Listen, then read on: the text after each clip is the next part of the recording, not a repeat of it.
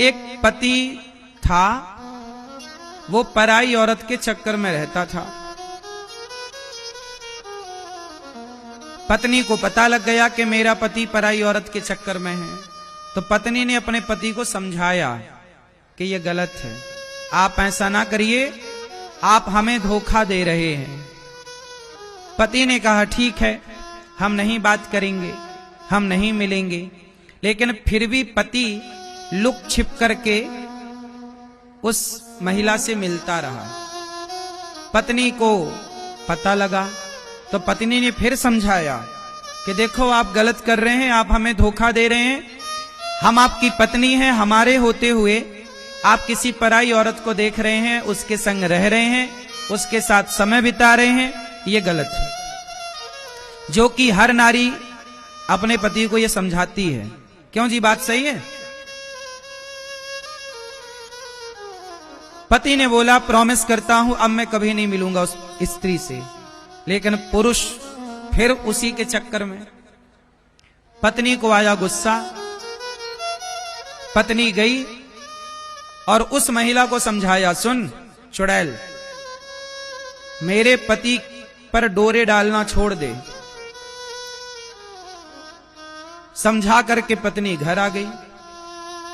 पत्नी कितनी अच्छी है कि अपने पति को भी समझा रही है और उस चुड़ैल को भी समझा रही है जो इसके पति पर डोरे डाल रही है। ऐसा करते करते 1 साल बीत गया। फिर भी पति का उस स्त्री से मिलना जुलना चालू था। तो इसे आया गुस्सा, इसने निकाली चाकू और चुड़ैल के घर गई जो इसके पति पर डोरे डालती थी, और इसने चाकू से उसे मारा, वो मर गई। जब मरी तो पुलिस आई और पुलिस पकड़ करके ले गई। अब वो जेल में है। अब बताओ कि वो बेचारी पत्नी जेल चली गई और वो एक नारी, वो एक स्त्री मर गई, चाकू मारी ना, मर गई। अब एक की जिंदगी जेल में कट रही है, दूसरे की जिंदगी खत्म हो गई। कौन जिम्मेदार था? बोलो। तुम्हारी अय्यासी जिम्मेदार है। तुम्हें पता नहीं है। अच्छा, मैं पुरुषों से एक सवाल करूं, तुम्हारी पत्नी किसी और के संग रहने लग जाए, तुम्हें बर्दाश्त होगा? बोलो। तुम्हारी पत्नी किसी और से बात करने लग जाए, किसी और मर्द के संग रहने लग जाए, उसके कंधे पे हाथ डाल के चलने लग जाए, तुम्हें बर्दाश्त होगा? नहीं ना। तो जब तुम पुरुष लोग किसी पराई स्त्री के चक्कर में पड़ते हो तो तुम्हारी स्त्री को कहां बर्दाश्त होता है? तुम समझते नहीं हो कि तुम्हारे इस गलत काम से एक नारी के जीवन में क्या बीतता है, क्या गुजरता है। उसने समझाया तो था ठीक से, दोनों को समझाया, नहीं माना तो अंत में उसने निर्णय लिया कि मैं मार दूंगी, और उसने मार दिया। अब एक मर गई और एक जेल चली गई। होगा क्या? पुरुष का क्या बिगड़ना है? पत्नी तो मार के जेल चली गई, वो बाहर घूमेगा, वो तीसरी पटाएगा, चौथी सेट करेगा, छठवीं सेट करेगा। तुम तो अपना दूसरी ले आओगी, दूसरी ले आओगे, वो दूसरी औरत थोड़ी उन बच्चों को लाड़ कर पाएगी, वो तो सौत कहलाएगी ना, वो थोड़ी उन बच्चों को प्यार करेगी। एक व्यक्ति की गलती ना जाने कितने लोगों की जिंदगी उजाड़ सकती है। देखो, गलती एक पुरुष ने की, उसकी गलती से एक महिला मर गई, दूसरी महिला जेल चली गई, और उसके बच्चे छोटे छोटे अनाथ से हो गए। मां के बिना बच्चे तो अनाथ ही है ना? क्यों? मां के बिना बच्चे तो अनाथ ही हैं। फिर समाज में बदनामी हुई, वो अलग। क्या पाया आपने? कौन सी समझदारी है ये? इसलिए ऋषि मुनि कहते हैं मैया बताओ नरक का द्वार क्या है? बताओ ए भैया चश्मा वाले, नरक का द्वार किसे कहते हैं? बोलो थोड़ा जोर से। हैं? हैं? नरक का द्वार किसे कहते हैं मैया? बोलो। नहीं पता तो सुनो और कान खोल के सुनना। आज कान ठीक ठाक है कि नहीं? बहुत ध्यान से सुनना। नरक का द्वार क्या है? पर स्त्री को नरक का द्वार कहा गया है। नरक का द्वार किसे कहा गया है? जोर से। किसको?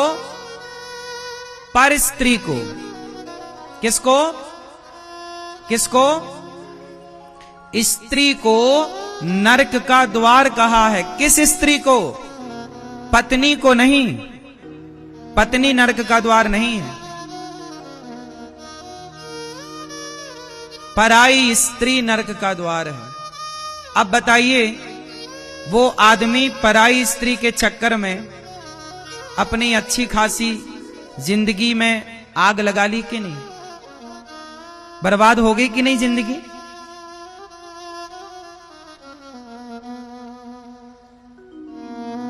एक पराई स्त्री के चक्कर में।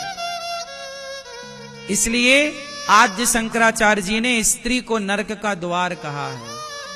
नरक जाना है तो पराई स्त्री से मोहब्बत कर लेना, और नहीं जाना तो कहा गया है कि लकड़ी की जो स्त्री है, जो कपड़ों की दुकान में नहीं लड़कियां स्त्रियां फोटो स्टैचू लगाते हैं, कपड़े पहना देते हैं, शास्त्र कहते हैं कि लकड़ी की नारी का स्पर्श करना भी पाप है।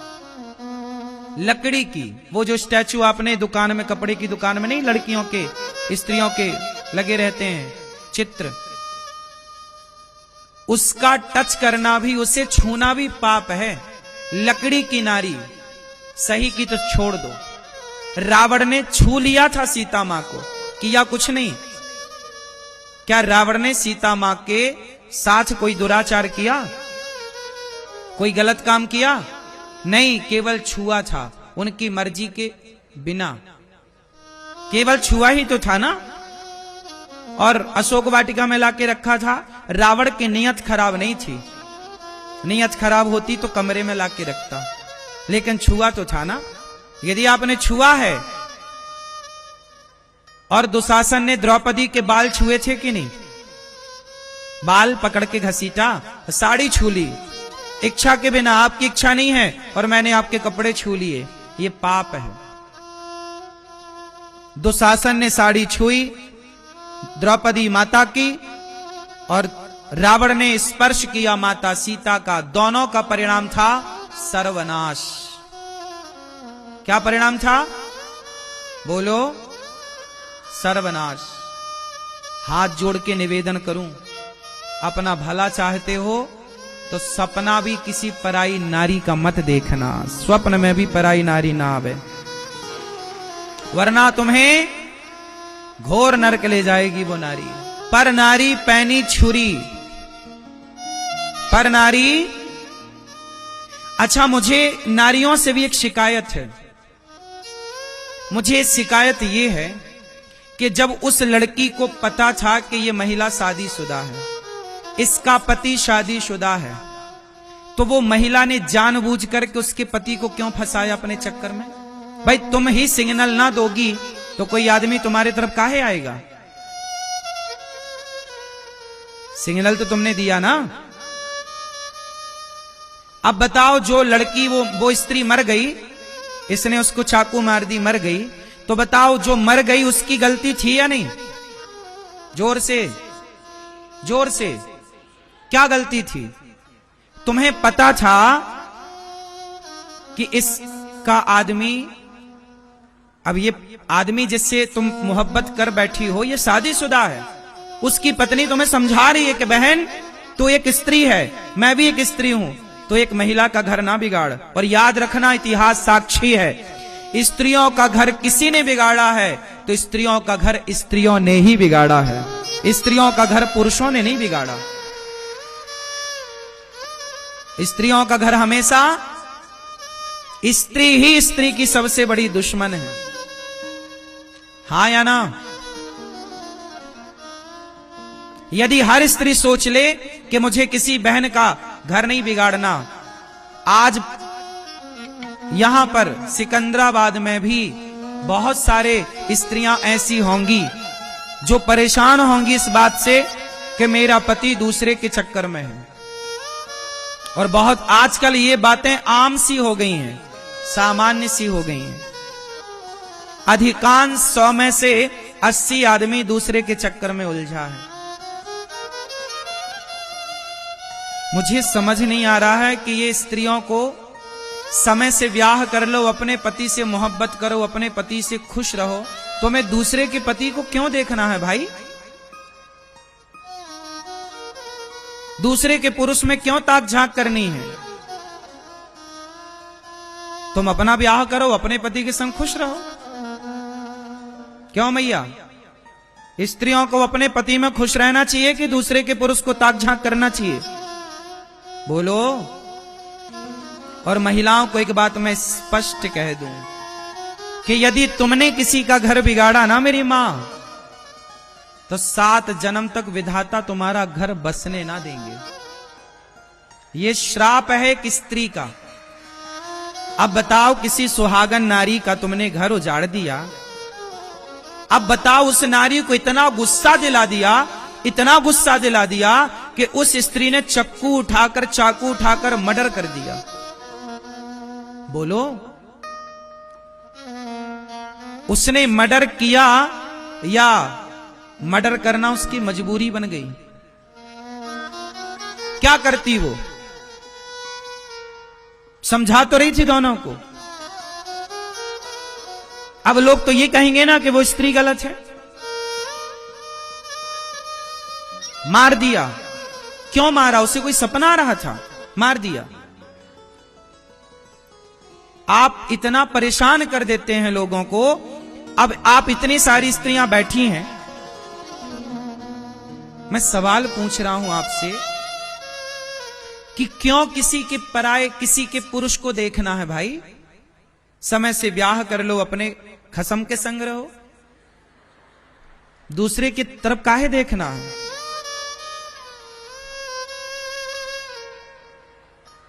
क्यों मेरी मां?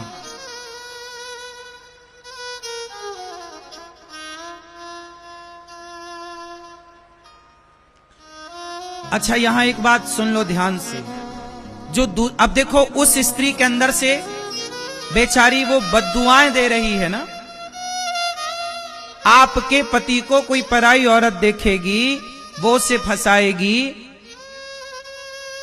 तो आप उसे दुआएं दोगी कि बद्दुआएं? उस बद्दुआ से क्या वो कभी सुखी रहेगी? इसलिए किसी की बद्दुआएं ना लो। और एक बात और बताऊं, जो लोग पैसे वाले होते हैं ना, उन्हें ही महिलाएं फंसाती हैं।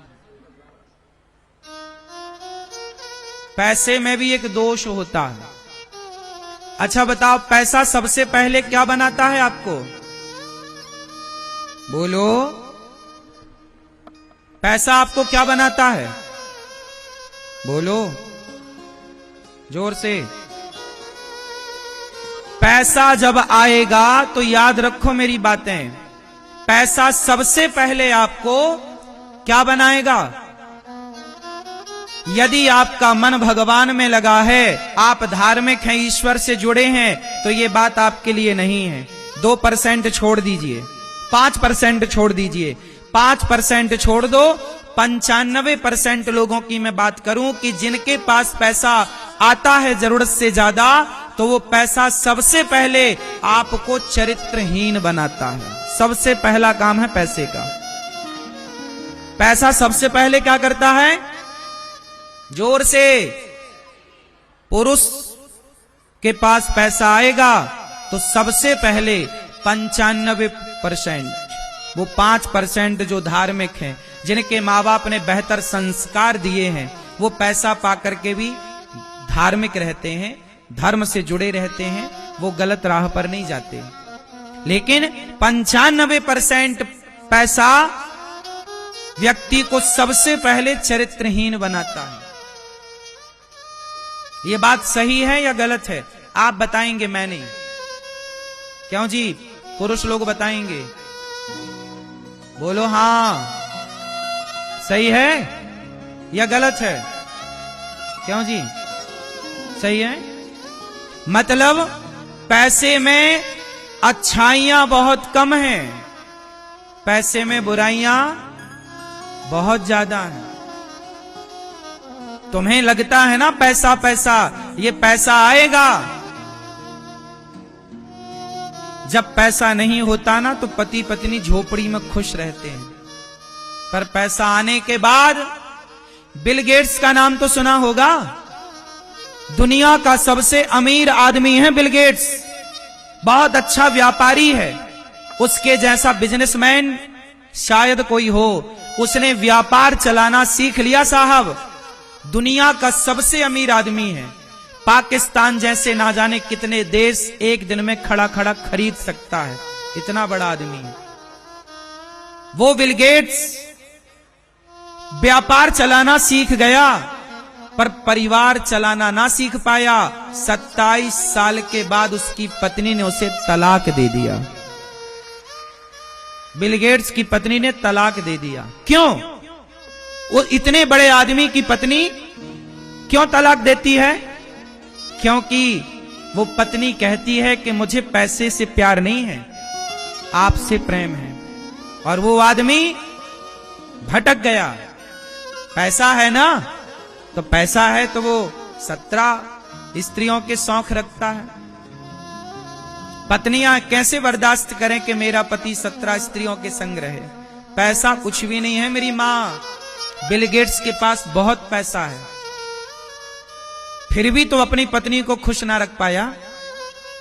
मैं तो कहता हूं कि सिकंदराबाद में वो मजदूर जो रिक्शा चलाता है, ईमानदारी से पैसा कमाता है, लेकिन शाम को अपनी पत्नी अपने बच्चों के साथ समय बिताकर हंसता मुस्कुराता सो जाता है। जो अपनी पत्नी से बेहद मोहब्बत करता है, जो अपने बच्चों के लिए समय निकालता है, जो बच्चों के साथ हंसता हो, बच्चों के साथ खेलता हो, पत्नी के साथ ठहाके लगाता हो, मुझे लगता है उस आदमी से अमीर कोई नहीं है धरती में। सबसे अमीर वो लोग हैं जो अपने परिवार के साथ बैठते हैं, परिवार के साथ समय बिताते हैं, परिवार के साथ हंसते हैं, परिवार के लिए जीते हैं, वो अमीर हैं। वो काय बात की अमीरी कि तुम्हारे पास पत्नी के लिए समय नहीं है, तुम्हारे पास बच्चों के लिए समय नहीं है। क्या करोगे दौलत का? बांध के ले गए तुम्हारे बाप दादे कि तुम ले जाओगे?